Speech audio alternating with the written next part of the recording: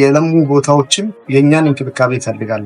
ስለዚህ እኛም በራሳችን በተማሪዎቻችን ኩራት ይሰማናል። ሁሌ እንደምታደርጉ እነዚህ የለሙ ቦታዎችን ይሄ ብቻ አይደለም ሁሉንም አጠቃላይ የመጠበቅ ኃላፊነት ወርዶብናል። ስለዚህ ቮለንተሪዝም እዚህም በቮለንተሪዝም አገለግላለሁ የሚሉ በእኛም እናስተባብራለን።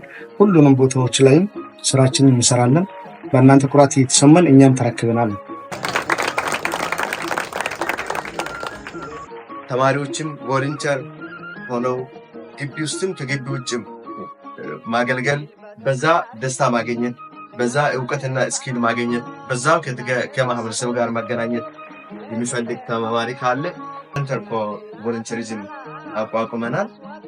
ስለዚህ እንደዚህ እያልን ግቢያችንም ይቀየራል፣ ሀገራችንም እንቀይራለን። በርቱ። ጨርሻለሁ።